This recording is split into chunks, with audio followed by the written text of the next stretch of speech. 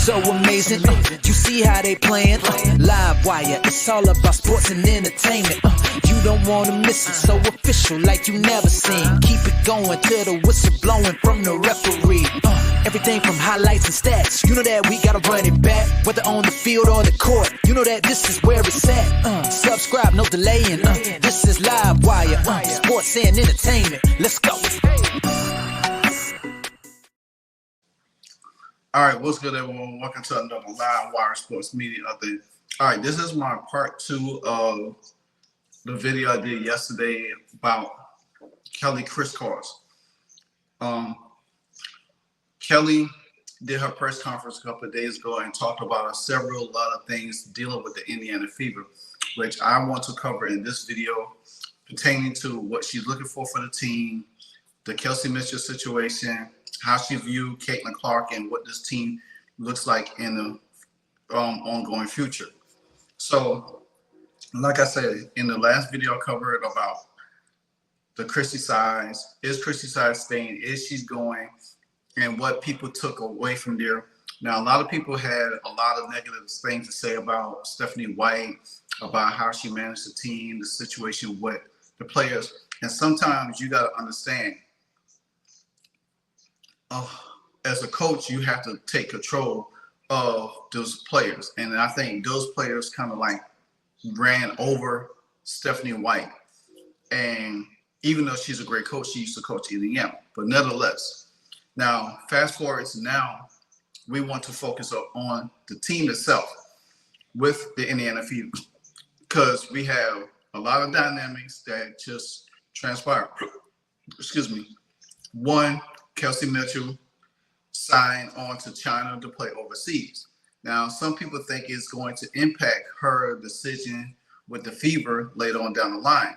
Now, I do believe China, she's going to play over there until probably the beginning of the year or almost time. And she's probably want to just play basketball, you know, make more money in the off season.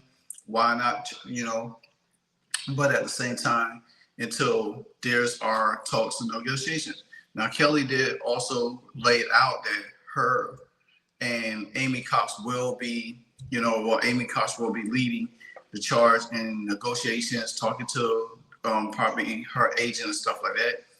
There's also was talks about Nalissa Smith, and they probably gonna have them talks with Nalissa Smith and her agent as well. But I don't see Nalissa Smith being with the Indiana Fever for the foreseen future. But when it comes down to Kelsey Mitchell, Kelly laid out specifically what about Kelsey Mitchell stands out, because she was drafted by her. And she's been a part of that organization when Kelly was there. And they view Kelsey Mitchell as a key component with Clark and Boston, a la a big three. So having her back in the fold is going to mean a great deal, because Kelsey and Clark has developed a good relationship. And even Kelsey said it in congratulations to Caitlin Clark on winning Rookie of the Year. And she, you know, she alluded out, said, hey, I will, you know, love, you know, I'm gonna always be your backcourt. She said, I will always be in your backcourt. So a lot of people took that as, hey, you know, she's probably going to stay.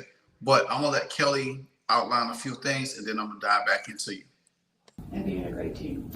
Got one on Zoom from Howard Megdal, then we'll go back to Dave Calabro in the back. Howard, go ahead.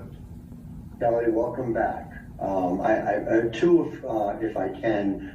First one is just, you mentioned Amber, obviously, and you both have a significant amount of experience, not just on the business side, but on the basketball side. I'm sort of wondering how the rubber hits the road, what that looks like together. And the other is, you talked about 2, maybe 3 foundational players. I would imagine that third being Kelsey Mitchell. You can just kind of take me through where and how you think that negotiation is likely to go. Okay. Yeah. So, Kelsey I mean, I'll start with Kelsey Mitchell. And she was a player that was drafted in the last group that I was part of. So Pokey Chapman was our coach and GM. I went to see Kelsey play at USA Basketball in Santa Barbara at one of their workout camps, and I called Pokey and I said, I'm watching our draft pick right now. I mean, she's going to be a star, this player. I mean, she's going to be a dynamic guard for us for years to come. So, we wouldn't be where we are today without Kelsey Mitchell. I mean, she's clearly a very foundational piece. She's got 7 years of being in and out of this building. She went through a lot as we were preparing to be even better, as a better place to play, a new practice court, a new arena, all the remodels. I mean, Kelsey went through all of that, and she got better.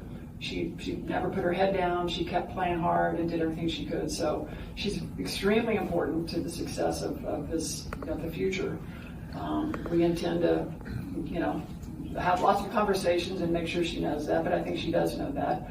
And look, Amber and I, we're both, as general managers, she's going to be doing a lot of the day-to-day groundwork. For me, we're both going to be talking to agents. We're both going to be talking to the team.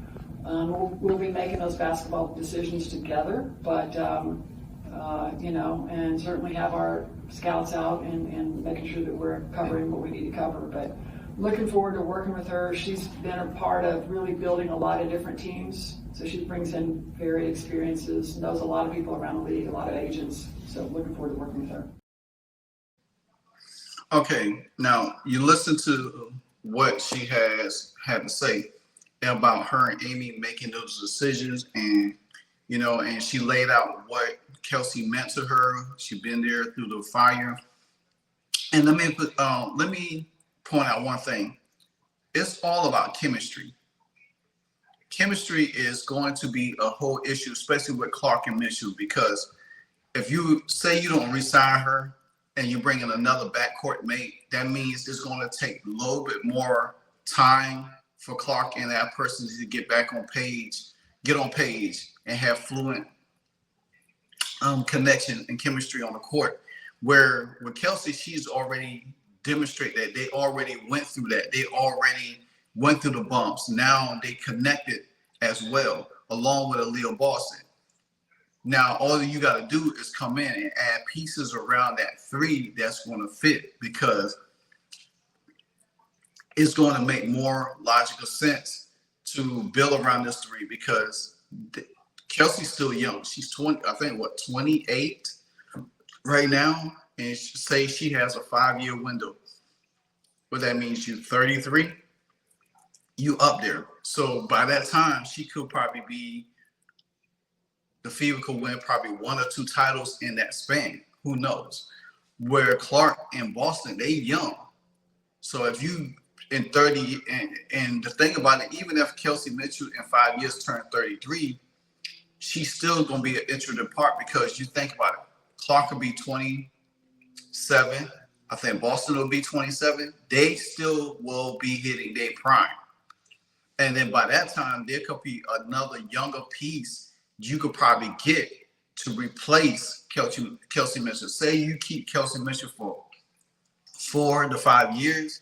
That gives you enough time to add another younger talent threat to put in place. So if you don't re-sign Kelsey Mitchell back, or Kelsey Mitchell decides to say, hey, I'll take a lesser role, I'll come off the bench, or whatever the case may be. But like I said, Kelsey Mitchell still will be 33 at that time, and she still will be a great piece. Now, you probably keep her 1 year after that, and then get a younger piece to come off the bench, and then gradually and put her in the starting lineup later down the line. But make no mistake, you want to keep Kelsey Mitchell. You want to make sure her spot is secure, and she's won it. And I think Kelly Krauskopf is going to do whatever she needs to do to make sure that Kelsey Mitchell is back in the Fever uniform going forward. Now, she also stated out about what they're looking for with the team. What kind of players they're looking for with the team, and how that is going to implement and with the talent that they already have. Take a listen. What elements does this team need to take that next step, and how does free agency enter into the equation? Yeah, I mean, it's clear that we have two foundational players, probably three. You get two rookies of the year in a row with a front court player in Aliyah Boston, Caitlin Clark, and then Kelsey Mitchell. I mean, I think that the veteran leadership that Kelsey was able to provide, we need to help her. We need to add to that. I spent a lot of years just trying to add experienced players around Tamika Catchings because it was really, veterans that have been in the foxhole and have been together. Those are ways that elements of success. It's not a magic bullet. There's not a quick fix, but I do think this team needs a little bit more experience, probably some more size. If you look at the teams that are in the playoffs right now, they're loaded with players who have been there. We go Scott, then we got one on Zoom. All right. And as you listen to what she had to say, you have to build around these three and give credit where credit due, because you got to think about this. Kelsey Mitchell set the foundation for what the Indiana Fever, from the time she was there going to, and Kelly alluded to it. You had to build around her, get pieces around her. Now you got them pieces around her, keep her in the fold, add more pieces around them. That's how you build a roster. It's almost like saying, hey, Kelly was Michael Jordan and they needed some other pieces. Oh, well, Kelly was there, and not Kelly, but Kelsey was there, and then you had added Clark. Did you draft Clark? Michael Jordan. You already drafted some other pieces. Now you got this whole intricate of players that you could build around. The one key element to that is that going forward, how is that going to impact you as an organization, getting free agents there to be around them? Because the one element that still lingers is the coaching. And I still believe that you cannot limp into 2025 with Chrissy Size as a coach. It's just not going to work because people already see what Chrissy Size is as a coach in the league. And if somebody say, who's the coach? Now they might come there because the GM and the management is there, but they go like, well, how this lady could coach us? Or they can say, well, hey, I do want to play with Caitlin Clark. They might just stomach that. But any great basketball player will look at it and say, well, I don't want to play for a coach that really can't get the best out of the three players that you already have. Yeah, I would love to come play with Boston. I would love to come and play with Clark. I would love to come play with Kelsey Mitchell. But the coach is going to be a crushing, and they're going to have to make a decision on that soon. Because the thing about it, if you get rid of your coach if you get rid of your coach before the expansion draft with the Golden State Valkyries, whatever the last name is, then you already have a coach in place that could go out and pick talent and make sure your players are protected. You want to make this change as quick as possible because December is right around the corner. So you don't want to linger. You want to have a coach in place and set that foundation as quickly as possible. Now, like I said, she did allude to about making sure that they get the talent around it because they want to run. That's the whole key to this. They want to run. They want to be a fast, up-tempo team to making sure that they will put pressure on a lot of teams and play defense at the same time.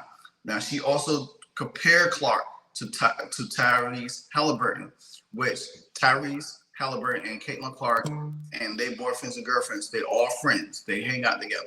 But like Kelly said, that Caitlin Clark and Tyrese Haliburton are similar. And if you notice when they drafted Tyrese Haliburton with the Indiana Pacers and what kind of talent he was, they had to make significant changes going into the following years because he's a ball dominant guy. He passes, assists, and scores and get rebound. You already had a Junis, who they traded away, because remember the Pacers was talking about trading Miles Turner and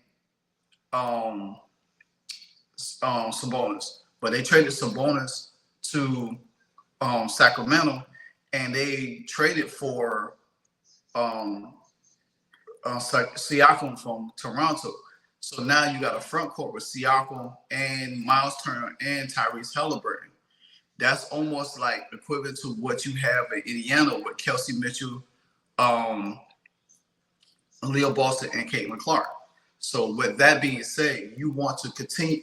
You want to continue to build on that capital, on that talent that you already have the foundation built. But I'm allowing you to listen to what she had to say about Caitlin Clark and her comparisons and what it means that people enjoying free agents in.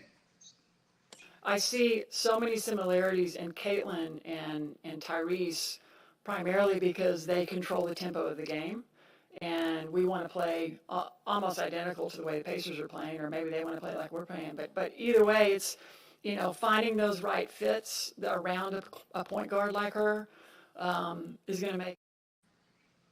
I see so many similarities in Caitlin and Tyrese, primarily because they control the tempo of the game.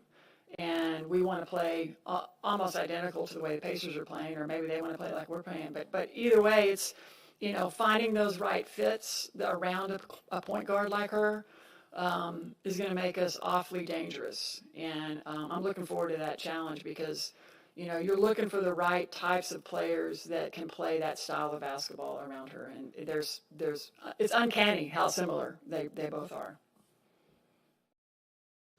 And see, that goes back to my previous analogy, is that Tyrese and Caitlin are identical, and they gravity of how they control the game, the pace of the game, it benefit Aliyah Boston, believe it or not, even though, we was hard on her because she didn't come.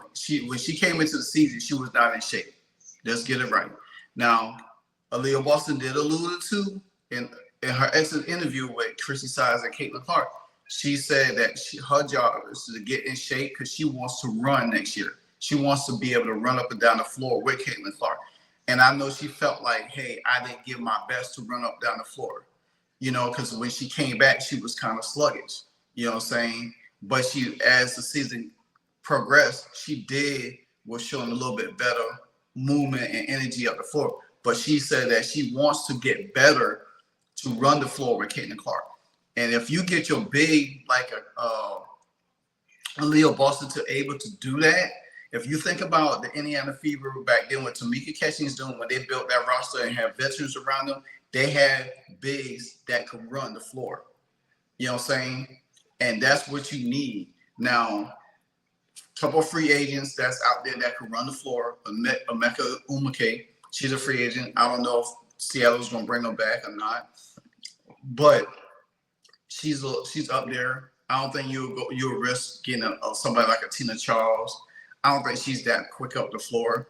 But there's, Gabby Williams. I don't know about her, but you got Santu Soble that's a little bit younger that can run the floor. And there's some others.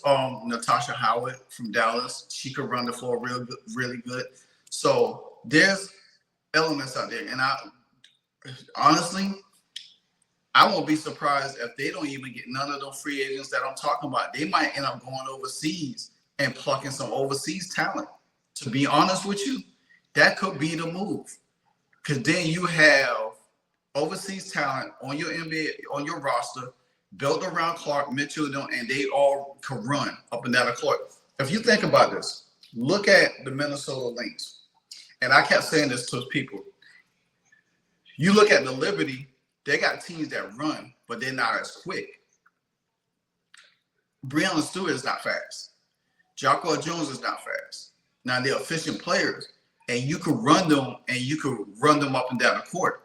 The only person that's kind of fast, that can run is Phoebus and Sabrina Ionescu. But that's only going to limit them, because if you got three, like Lainey Hamilton and Jocko Jones and Breonna Stewart, they can't run up the floor. And you got a team like the Lynx that can run and push the pace. Then, hey, because you think about it, the Minnesota Lynx was like up there with the Indiana Fever this year and pushing pace when it comes down to transition basketball. So to Kelly Krauskopf's point, she wants to have pace.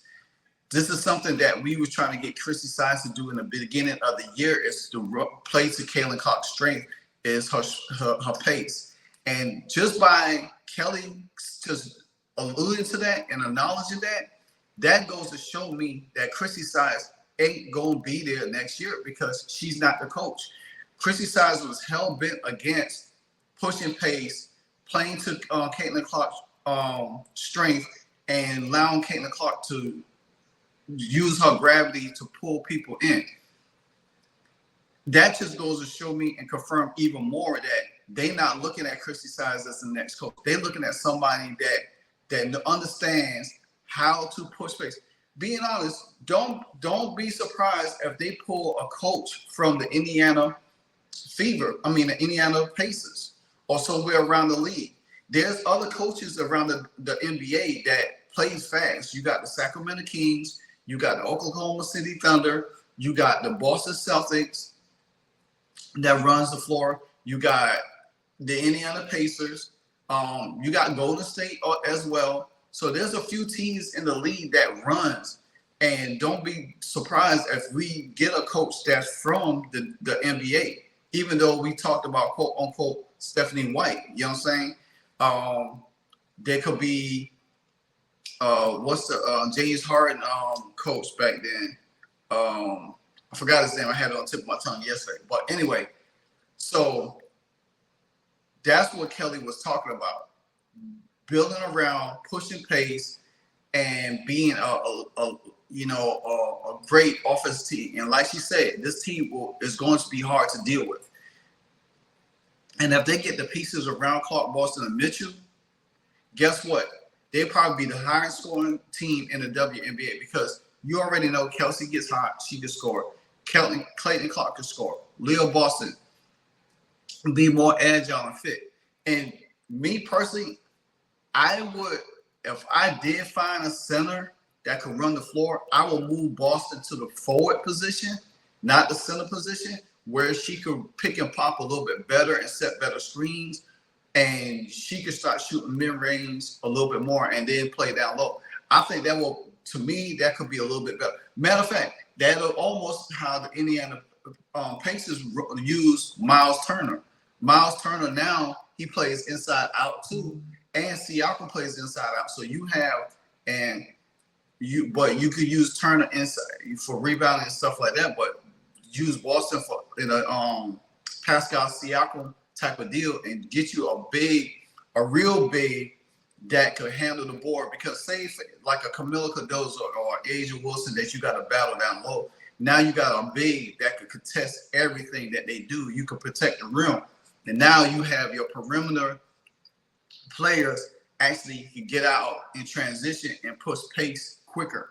So there's a whole lot to unpack, but I do like the way Kelly Krauskopf is laying out the foundation, and that goes to show me and tell me even more that Chrissy Sides will not be the coach. Because if Chrissy Sides goes in this year and your president and your general manager say, hey, I want to run pace, this is how I want the team to be run, and Chrissy Sides does not go to that, because Chrissy Sides want to stick to her coaching style, it ain't going to work. Because the vision of your general manager and your president vision has to line up with your head coach.